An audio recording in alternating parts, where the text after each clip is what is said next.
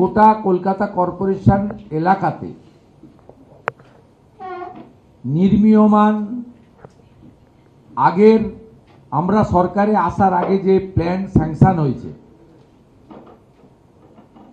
KMC commissioner এবং ইউডিএম এর মিনিস্টারের উপস্থিতিতে আমি জানিয়েছি, এটা পরবর্তীকালে হাওড়া এবং বিধাননগরেও আমরা করব, বা সেটা ইউডিএম এ মিনিস্ট্রি মনে করলে করতে পারে। কিন্তু আমি সরাসরি নির্দেশ দিয়েছি কেএমসিকে যে আন্ডার কনস্ট্রাকশন যত আছে,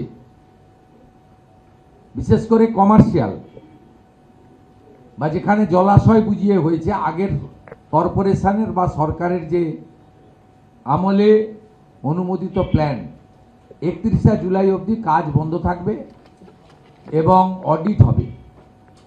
অডিটে PWD, civil defence, fire, Kolkata police এবং কেএমসি থেকে টিম বানিয়ে দেওয়া হবে। চিফ সেক্রেটারি গাইডেন্স দেবেন, তার ডাইরেকশনে টিম তৈরি হবে। সেই team site plan, building plan এবং স্পট তিনটে ভিজিট করে একটা রিপোর্ট বানাবেন।